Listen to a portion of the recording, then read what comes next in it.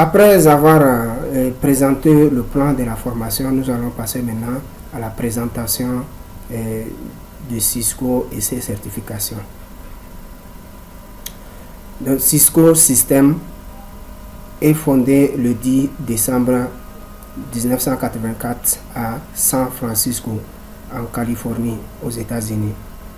Donc, c'est une entreprise américaine spécialisée dans le réseau informatique et la sécurité. Elle conçoit et vend de divers équipements tels que le routeur, commutateur, pare-feu, point d'accès sans fil, les contrôleurs de points d'accès sans fil, téléphone et caméras IP, des serveurs et bien d'autres. Donc, elle investit également dans la recherche pour innover et accompagner l'évolution technologique. Maintenant, Cisco, tout comme I3E, ça c'est l'Institut standard, a développé de nombreux protocoles qui sont utilisés aujourd'hui dans le réseau informatique d'entreprise. Son siège est à San Jose, en Californie, aux États-Unis. Le directeur général actuel, en anglais on appelle ça CEO, Chief Executive Officer, s'appelle Mr. Jack Robbins. Donc si tu passes l'examen CCNA ou bien CCNP ou bien n'importe quel, tu vas voir sa ceinture sur ton certificat. Donc voilà en résumé ce que c'est Cisco, une entreprise dont vous entendez souvent parler. Les certifications Cisco, les anciennes qui sont déjà retirées, aujourd'hui on n'en parle plus. Les certifications sont subdivisées en 5 niveaux. On a le niveau d'entrée qui est équivalent à un technicien niveau associé. Il est au-dessus d'un technicien, et le nouveau professionnel ingénieur, le nouveau expert et le nouveau architecte. Donc entre-temps, il y avait un seul niveau pour le nouveau technicien qu'on appelle CCNT, Cisco Certified Entry Network Technician. Maintenant, après, au niveau associé, il y avait routage, switching, design, sécurité, wireless, data center, service provider, cloud, cyber hub, industrie, etc. Donc, si tu passes l'un d'eux, à toi de voir selon tes moyens.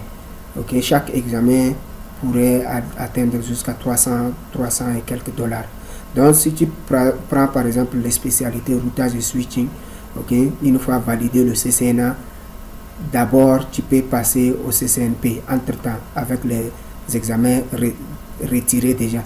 Donc, si tu fais CCNA, routage et switching, tu passes CCNP, routage et switching. CCNP, il y aura 3 examens. Il y a la route, switch et le troubleshooting. Tu valides les 3 examens. Chaque examen peut aller jusqu'à 300 dollars. Si tu valides les 3, là tu es CCNP et routage et switching. Maintenant, pour passer l'examen expert du nouveau et de les spécialités routage et switching, tu vas composer des examens. Un examen écrit que tu peux faire n'importe où, mais l'examen, le deuxième c'est lab, examen pratique. L'examen pratique, généralement les gens font ça en Inde ou bien Dubaï ou bien Belgique ou aux États-Unis. Maintenant, il y a d'autres pays aussi qui accueillent les labs mobiles, on les appelle.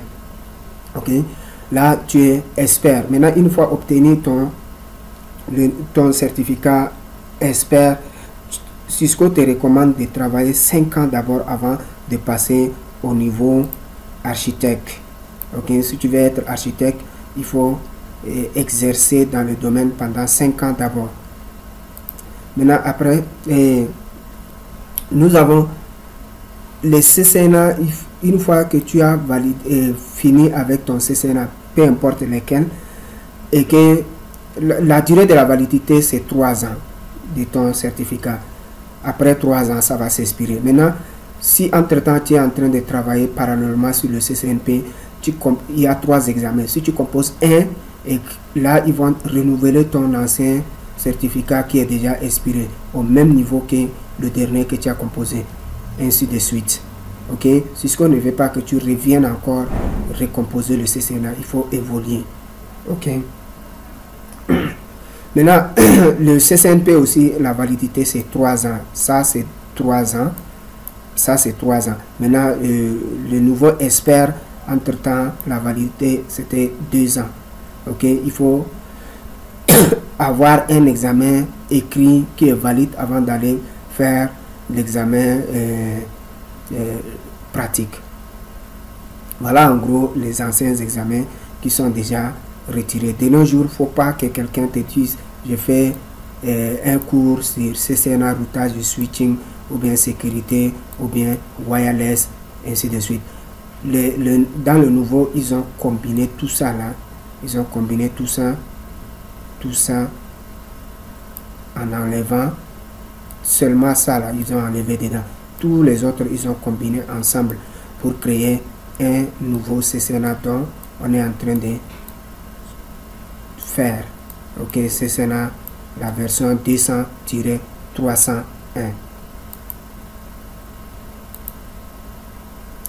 Voilà les nouvelles certifications, les nouvelles certifications.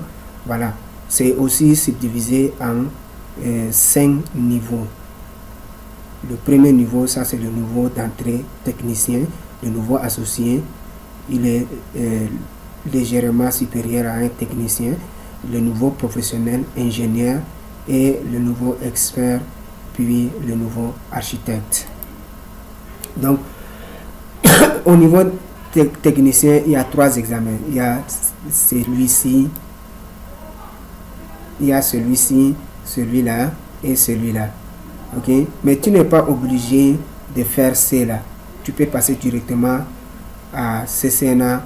Il y a 3 CCNA seulement. Il y a le CCNA 200-301 que nous faisons actuellement, et DevNet, ça c'est pour les développeurs, et ça c'est pour ceux qui veulent suivre un chemin de cybersécurité. Voilà, maintenant une fois validé, une fois fait ce CCNA, tu as la possibilité de faire tous ces CCNP selon ton choix. CCNP entreprise, CCNP collaboration, CCNP data center, CCNP sécurité, CCNP service provider. Ok, mais maintenant si tu as fait CCNA DevNet pour les développeurs, il y a aussi son CCNP développeur. Si tu as fait cyber, il y a aussi son cyber professionnel. Ok. Maintenant, au niveau des entreprises, il y a un examen obligatoire qui est le corps, et parmi les examens, parmi d'autres examens, tu choisis un pour être un CCNP que je vais vous montrer tout à l'heure. Ok, mais maintenant une fois fini que tu es CCNP dans une spécialité donnée, par exemple routage de switching ou bien n'importe. Ok, après si tu veux passer le CCI, ok, par exemple CCNP entreprise, tu auras 2 chemins: CCI entreprise infrastructure, ou bien CCI entreprise wireless. Donc le CCNP Core, l'examen Core de celui-là, c'est un prérequis de ces 2 là. Ok, il faut avoir ces corps là valide, c'est-à-dire c'est pas expiré. C'est pas expiré. Là tu pars, tu composes seulement un seul examen pour te spécialiser. C'est l'examen pratique seulement. Ok, maintenant si tu fais CCNP collaboration, il y a CCI collaboration. Là aussi, pour faire le CCI collaboration, l'examen corps de CCNP collaboration est un prérequis. Ok, ainsi de suite. Voilà, le nouveau expert, c'est comme je vous ai dit tout à l'heure, ça, il est recommandé d'exercer pendant 5 ans comme ça dans le domaine avant d'aller faire ça.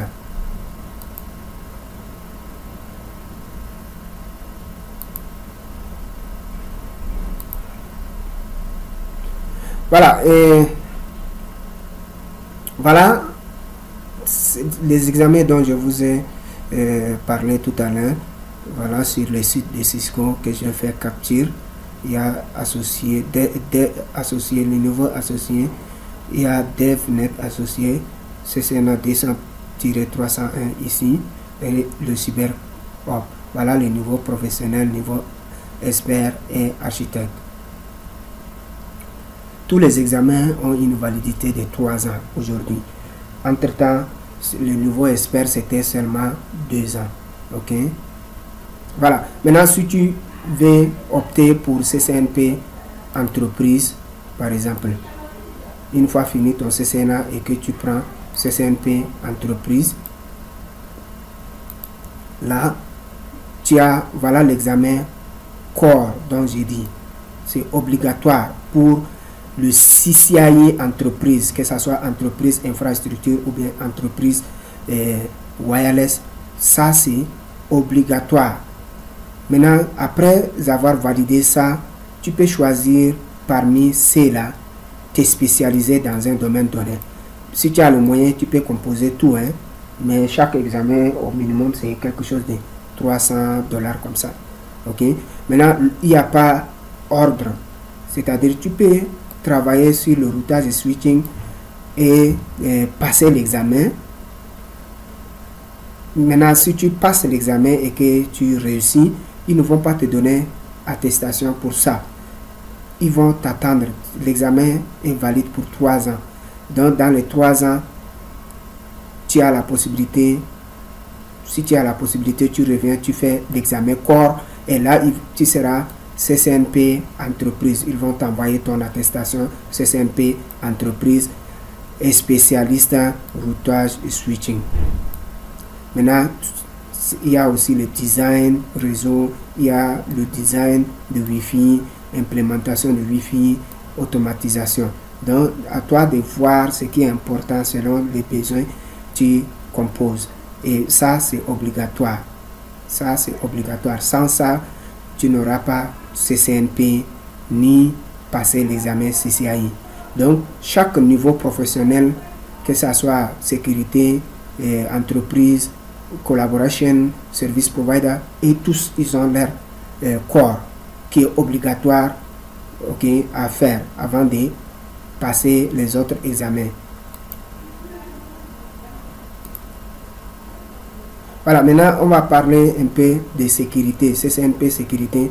Si tu veux faire CCNP sécurité, l'examen sécurité corps est là. Ça, c'est le code des examens. Ok, CCNP corps sécurité. Et c'est ça le titre, le nom de l'examen. Ok, donc tu dois faire ça forcé avant d'être CCNP ou bien CCIE. Donc une fois validé ça, tu peux choisir parmi les examens concentrés. Ça, c'est spécialiste par fil. Ça, c'est le serveur d'authentification, sécurisation des emails, sécurisation des web, et spécialiste de déploiement de VPN et l'automatisation. Donc, parmi ceux-là, si tu as le moyen, tu peux faire tout. Mais c'est un peu cher. Donc, tu peux choisir, tu peux faire ça là, passer l'examen, si c'est validé, ok. Dans les 3 ans à venir, si tu as le moyen, tu peux faire directement, mais au cas contraire, tu attends les 3 ans. Avant les 3 ans, tu te prépares pour parmi ceux-là un et tu te spécialises. Tu peux même composer plusieurs si tu as le moyen.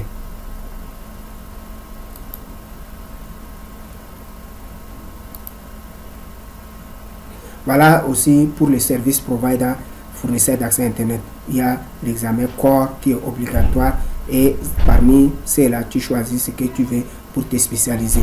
Mais si tu as les moyens, tu peux faire tout. Maintenant, je vais revenir un peu en arrière sur quelque chose. Ici, le nouveau associé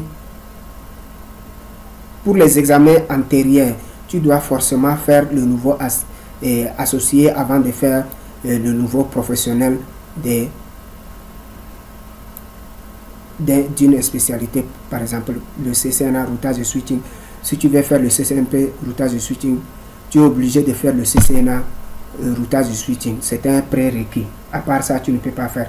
Mais tu as la possibilité de faire directement le nouveau expert sans passer par les examens intermédiaires. Ça, c'est entre-temps. Entre-temps, le CCNP, il faut passer par un examen associé de chaque spécialité. Mais CCI, le nouveau expert, il n'y a pas des examens obligatoires intermédiaires que tu dois passer. Maintenant, pour les nouveaux,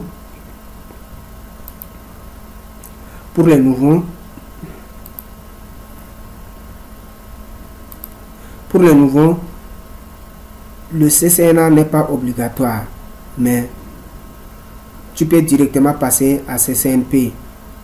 Tu peux travailler directement sur CCNP parmi ces spécialités et valider, tu as ton CCNP. Il n'y a pas un prérequis avant d'être un professionnel. Mais maintenant, le CCI, le nouveau expert,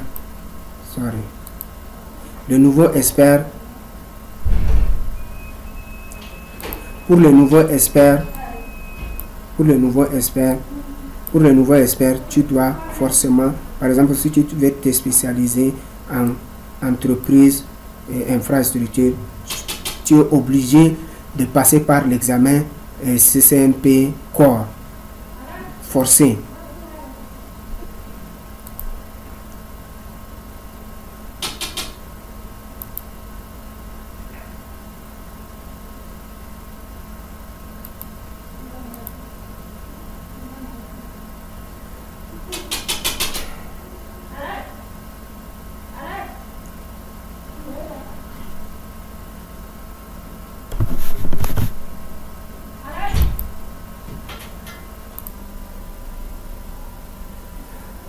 Et voilà la fin de cette partie.